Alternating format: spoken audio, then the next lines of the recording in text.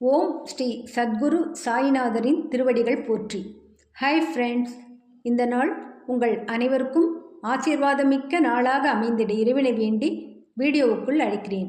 நாம் சாய் சத்சரிதம் 6வது அத்தியாயம் தொடர்ச்சியின் சென்ற வீடியோவில் பாபாவின் உருஸ் விழாவானது எப்படி ராம நவமி திருவிழாவாக மாற்றப்பட்டது, அதற்காக அவருடன் இருந்த பக்தர்களின் பெரும் முயற்சி, ஷீரடியை ஒரு சமஸ்தானமாக்கிய ராதாகிருஷ்ணமாயின் பேருழைப்பு, மசூதி பழுது பார்த்தல், இடையிடையே பாபாவின் கோபாவேசம், இதை கண்டு பக்தர்கள் குழம்பி நின்ற விதம், ஆனால் அவருடைய கோபத்தின் அடிப்படை காரணம் என்ன, அது உடனே தணிந்தது எப்படி என்று எவராலும் புரிந்து கொள்ள முடியாத ஒரு குழப்பம் நிறைந்த சூழ்நிலையை கண்டு நாமும் சற்று திகைத்துதான் போனோம்.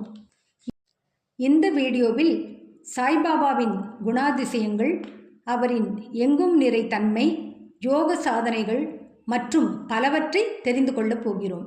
வாங்க வீடியோவுக்குள் போகலாம். அத்தியாயம் 7, வியத்தகு அவதாரம்.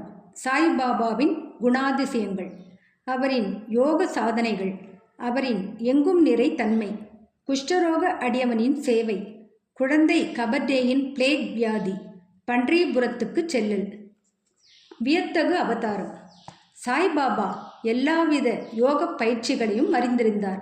அவர் தௌத்தி, அதாவது 22 அடி நீளமும் 3 அங்குல அகலமும் உள்ள நனைக்கப்பட்ட ஒரு லினன் துண்டினால் வயிறு சுத்தம் செய்தல், கண்ட யோகம், உடல் உறுப்புகளை தனியாக கழற்றி பின்னர் சேர்த்தல், சமாதி உள்ளிட்ட 6 முறைகளிலும் கை தேர்ந்தவராக இருந்தார். அவரை ஒரு ஹிந்து என்று நீங்கள் கருதுவீர்களானால் ஒரு யவனரை போன்று தோற்றமளித்தார். நீங்கள் அவரை ஒரு யவனர் என்று கருதுவீர்களானால் ஒரு சமயாச்சாரமுள்ள ஹிந்துவாக தோற்றமளித்தார். அவர் ஒரு ஹிந்துவா முகமதியரா என்று ஒருவரும் திட்டமாக அறிந்திருக்கவில்லை. ஹிந்துக்களின் விழாவான ராமநவமியை உரிய சகல மரியாதைகளுடன் கொண்டாடி அதே நேரத்தில் முகமதியர்களின் சந்தனக்கூடு ஊர்வலத்தையும் அனுமதித்தார். திருவிழாக்களில் குத்துச்சண்டையை ஊக்குவித்து வெற்றி பெற்றோருக்கு பரிசுகள் வழங்கினார். கோகுலாஷ்டமி வந்தபோது கோபால் காலா திருவிழாவை கிருஷ்ணர் மேனியை கருமை நிறமாக்கும் வைபவம் உரிய முறைப்படி சேவித்தார். ஈத் திருவிழாவின் போது முகமதியர்களை தங்கள் தொழுகையை நமாஸ் தமது மசூதியில் செய்ய அனுமதித்தார். ஒருமுறை மொஹரம் திருவிழாவின் போது சில முகமதியர்கள் மசூதியில் ஒரு தாசியா அல்லது தாபூத், முஸ்லிம் ஞானியரின் பாடை உருவகம் செய்யவும் அதை சில நாட்கள் மசூதியில் வைத்திருந்து கிராமத்தின் வழியாக ஊர்வலமாக எடுத்துச் சென்று புதைக்கவும் தீர்மானித்தனர். 4 நாட்களுக்கு தாபூத்தை மசூதியில் வைக்க சாய்பாபா சம்மதித்தார். 5வது நாள் சிறிதளவும் தமது செயலுக்காக வருத்தம் தன்மையே இன்றி மசூதியில் இருந்து அதை அப்புறப்படுத்தினார். நீங்கள் அவரை ஒரு முகமதியர் என்று கூறுவீர்களானால் ஹிந்து மத வழக்கப்படி காது குத்தப்பட்டிருந்தார். நீங்கள் அவரை ஹிந்து என்று கருதுவீர்களானால் அவர் சுன்னத் கல்யாணம் செய்கிற வழக்கத்தை ஆதரித்தார். ஆனால் பாபாவை நெருங்கிய நானா சாஹேப் சந்தோர்கர் கருத்துப்படி பாபாவுக்கு சுன்னத் செய்யப்படவில்லை. பி.வி. தேவ் எழுதிய பாபா ஹிந்து கி யவன் என்ற கட்டுரையை சாய் லீலா சஞ்சிகையில் பக்கம் 562 பார்க்க. நீங்கள் அவரை ஹிந்து என்று அழைத்தால் எப்போதும் மசூதியில் வாழ்ந்தார். முகமதியர் என்றால் துணி என்றும் அகண்ட நெருப்பை அவர் எப்போதும் மசூதியில் வைத்திருந்தார். மற்றும் முகமதிய மதத்திற்கு விரோதமான பின்வரும் 3 பழக்கங்களையும் கொண்டிருந்தார். அதாவது திருகையில் அரைப்பது, சங்கு ஊதுவது, மணி அடிப்பது, தீயில் ஆகுதி செய்தல், பஜனை, தண்ணீரால் சாய்பாபாவின் பாதத்தை அர்க்கிய வழிபாடு செய்தல் முதலியன எப்போதும் அங்கு அனுமதிக்கப்பட்டன. நீங்கள் அவரை முகமதியர் என்று நினைத்தால் பிராமண சிரேஷ்டர்களும் அக்னிஹோத்ரிகளும் தங்கள் வைதீக சம்பிரதாயத்தை விட்டுவிட்டு அவர் பாதங்களில் சாஷ்டாங்கமாக வீழ்ந்து பணிந்தனர். அவரது தேசம் முதலியவற்றை பற்றி விசாரிக்கப் போனவர்கள் அவரது தரிசனத்தால் கவரப்பட்டு திகைத்து வாயடைத்து ஊமையானார்கள்.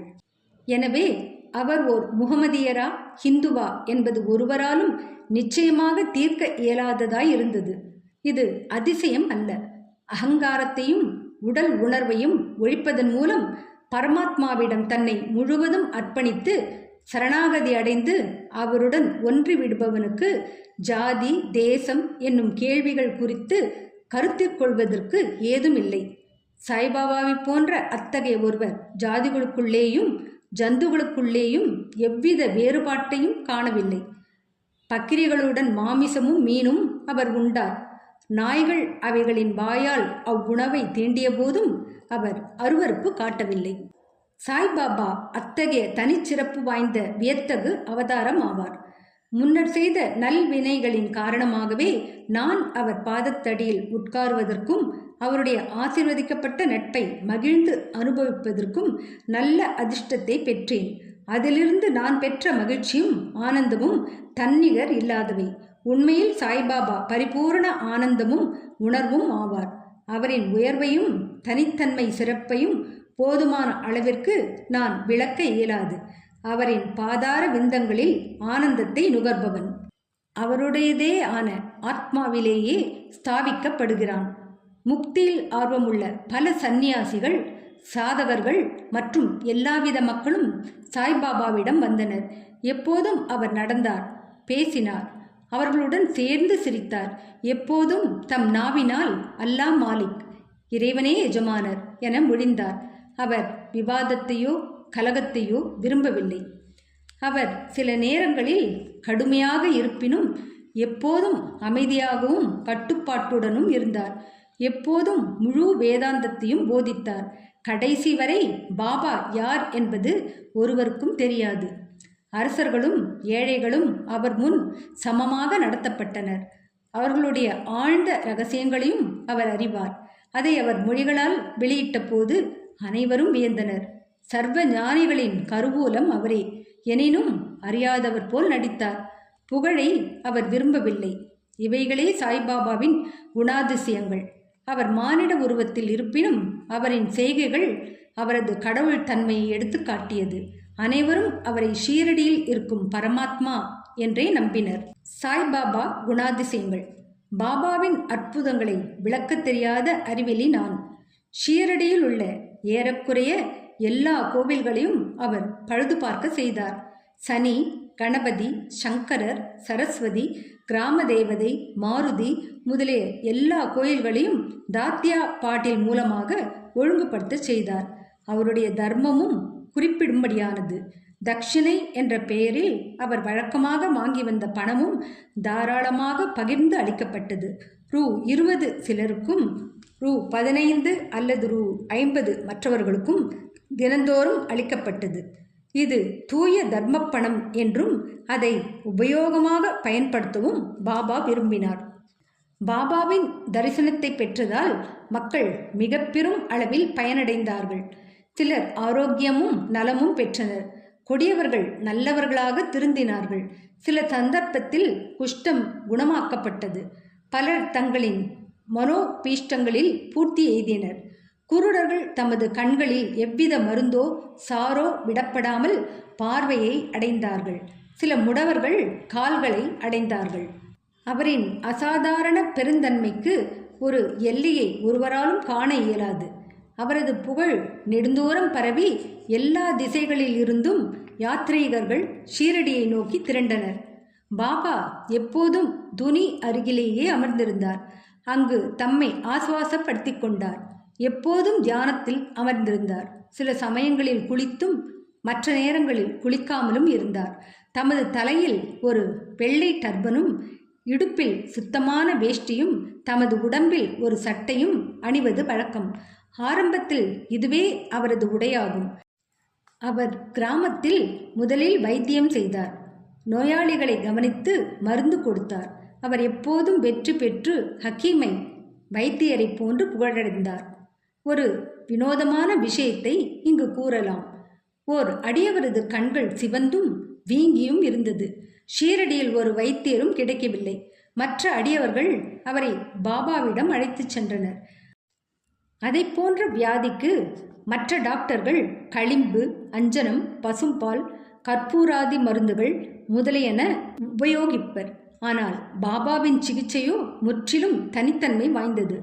சிறிது பிப்பாவை சலவை செய்பவர் குறியிடும் சேங்கோட்டை காயின் பசை கைகளால் 2 உருண்டை செய்து நோயாளியின் ஒவ்வொரு கண்களிலும் அவ்வுருண்டையை திணித்துவிட்டு துணியால் கண்களை சுற்றி கட்டு போட்டு விட்டார். மறுநாள் கட்டு அவிழ்க்கப்பட்டு தண்ணீரால் சுத்தப்படுத்தப்பட்டது. எரிச்சல் மறைந்து கண்மணி வெண்மையாய் சுத்தமாகிவிட்டது. கண்கள் நுண்ணிய உறுப்பான போதும் செங்கோட்டை பசை அவற்றுக்கு எவ்வித தீங்கையும் அளிக்கவில்லை. இம்மாதிரி பல வியாதிகளை குறிப்பிடலாம். ஆனால் இந்நிகழ்ச்சியே குறிப்பில் உள்ளது. இதன் தொடர்ச்சியை அடுத்த வீடியோவில் காண்போம். என்ன ஃப்ரெண்ட்ஸ், இந்த வீடியோ பிடிச்சிருந்தா லைக் பண்ணுங்கள், ஷேர் பண்ணுங்கள், சேனலை சப்ஸ்கிரைப் பண்ணுங்கள். இதுவரை எனக்கு சப்ஸ்கிரைப் பண்ணியுள்ள அனைவருக்கும் என்னுடைய மனமார்ந்த நன்றிகள். மீண்டும் அடுத்த வீடியோவில் சந்திக்கும் வரை உங்கள் அனைவருக்கும் நன்றி கூறி விடைபெறுகிறேன். வணக்கம்.